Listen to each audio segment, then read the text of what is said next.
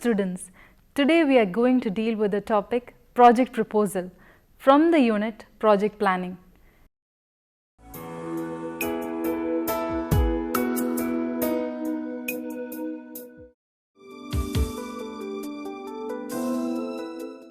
A plan or suggestion, especially a written one, put forward for consideration or discussion by others. A project proposal is a request for financial assistance to implement a project. The project outlines the plan of the implementing organization about the project, giving extensive information about the intention for implementing it, the ways to manage it, and the results to be delivered from it. A project proposal is a detailed description of a series of activities aimed at solving a certain problem. In order to be successful, the document should provide a logical presentation of a research idea, illustrate the significance of the idea, show the idea's relationship to past actions, articulate the activities for the proposed project. A winning project proposal is one that typically meets the donor's objectives and needs of the society at large. And finally, a project proposal that will win a grant would be innovative. It would explore new areas of research and would try to discover new techniques or knowledge. The project results, when adopted on a large scale, would make the world a safer place to live and would aid in sustainable development.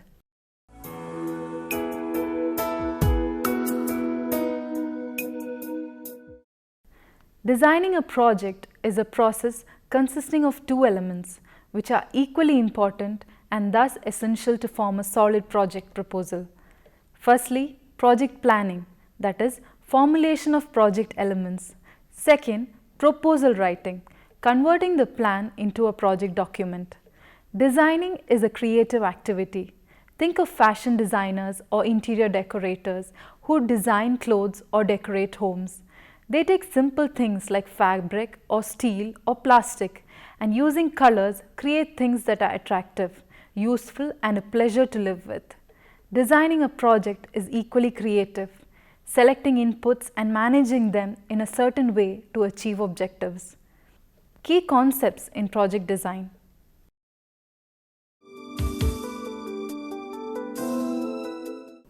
A goal is an overarching target or reason for something. For example, identifying poverty alleviation and protection of the environment are very large goals. If the goal is more specific, it becomes much easier to measure. All goals have something to do with making something better, improving something, or preventing something bad from happening. Moving on to objective. An objective is simpler and more specific than a goal. Goal may be improving health. For this goal, the objective which contributes to the goal may be to do daily exercise. So, objectives contribute to goals but alone do not achieve goals. Just as a project is a part of a program, an objective is part of a goal. Project objectives should correspond to a core problem. It should define the strategy to overcome the problem and contribute to the achievement of higher level development goals. When formulating objectives, keep in mind that objectives should be SMART. This stands for specific, measurable, achievements, realistic, time-bound. Each objective should specify the quantity of achievement. For example, number of beneficiaries, number of new varieties developed, etc. and also the quality, example, poor rural women or farmers, high yielding varieties, etc. Objectives should also include an indication of when the objective will be achieved. For example, 3 years after the start of the project. The three words may be kept in mind: quality, quantity and time.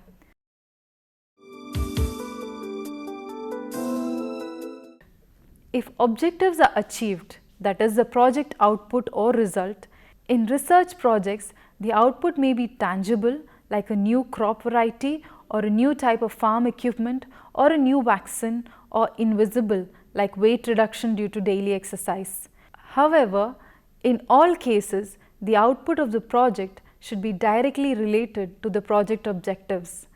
Outputs may include events such as workshops or harvest, intangible things like decisions, tangible things like new building and new facilities, information, perhaps in the form of publication or videos. It is worth spending time with colleagues, partners and friends brainstorming all the possible spin-off outputs as well as those directly related to the objectives. Output is something new in the sense that it was not there before.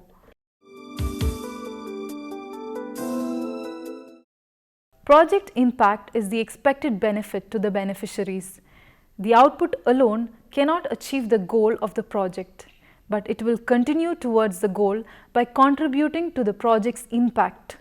If daily exercises are done, health will soon improve.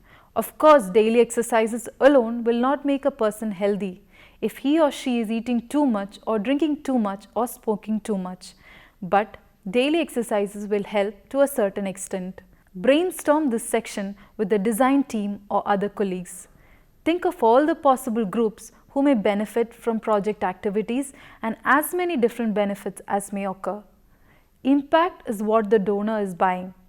In making promises about the impact of a project, you need to describe the expected benefits, how many of them can be expected and when and where they will occur. Reasons for the expected benefit to accrue to a given group. If necessary, state the assumptions. Consider whether to suggest that the project will have either an impact assessment component or will be assessed by a separate impact measurement project. Understanding the principles of project development can help you to become a good project designer. Firstly, project design is both an art and a science. The art is using imagination to envisage the future, to fantasize about what activities can help to improve the lives of others and to write persuasively and well. The science is to employ logic in the design of the project. Everyone can help these artistic and scientific skills. As with other endeavors, practice makes perfect. Secondly, project design is a group exercise. Project design is not a solitary activity. Always, a team will do better than an individual. A team of people from different backgrounds will usually do better than a team of people with the same attitudes.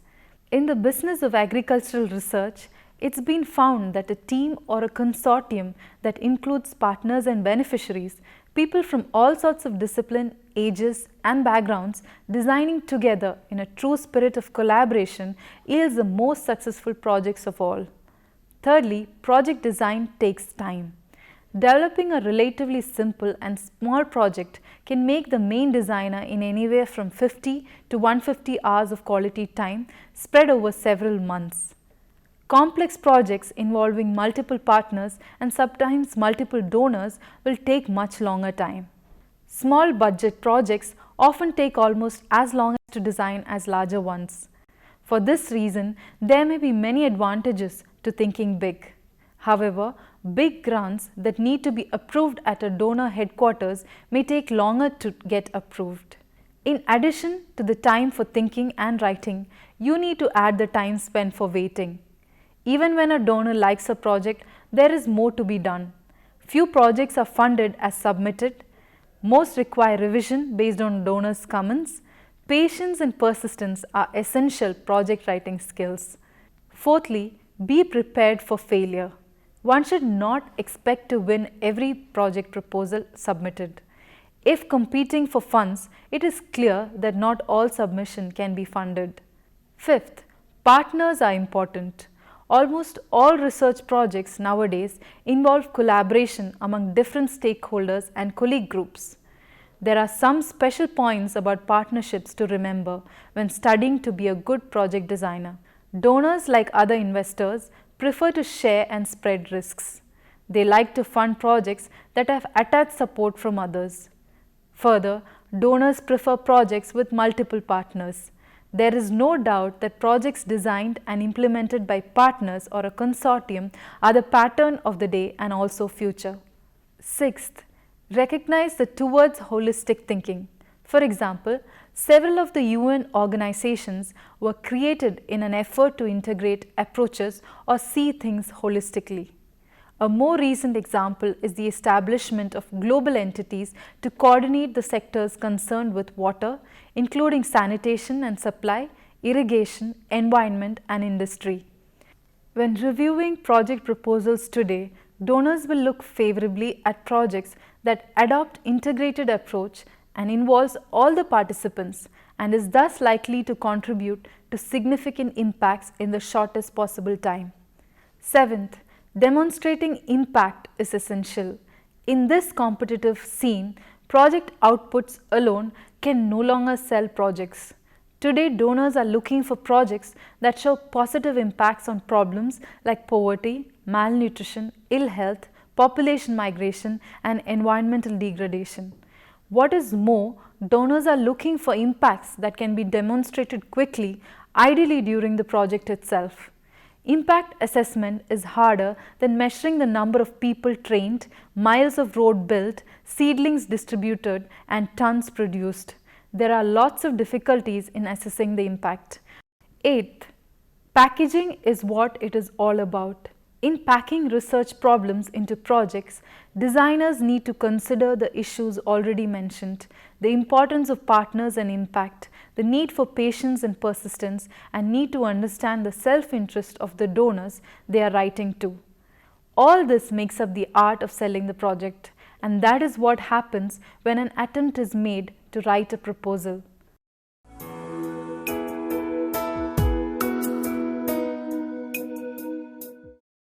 The project proposal should be detailed and directed manifestation of the project design. It is a means of presenting the project to the outside world in a format that is immediately recognized and accepted. A full proposal should have the parts, that is, title page. A title page should appear on proposals longer than 3 to 4 pages. The title page should indicate the project title, the name of the lead organization and potential partners if any, the place and date of project preparation and the name of the donor agency to whom the proposal is addressed. Project title. The project title should be short, concise and preferably refer to a certain key project result or the leading project activity. Project titles that are too long or too general fail to give the reader an effective snapshot of what is inside. Selecting a good title. Title needs to be catchy, informative and distinctive. Try to use a two-part title. The first part should be short, snappy and catchy. The second part can be more serious and informative. Never use words like studies on, investigation on, survey of, effect of, standardization of, etc. in the titles.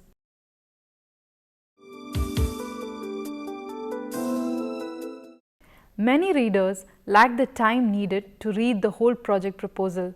It is therefore useful to insert a short project summary, an abstract or executive summary.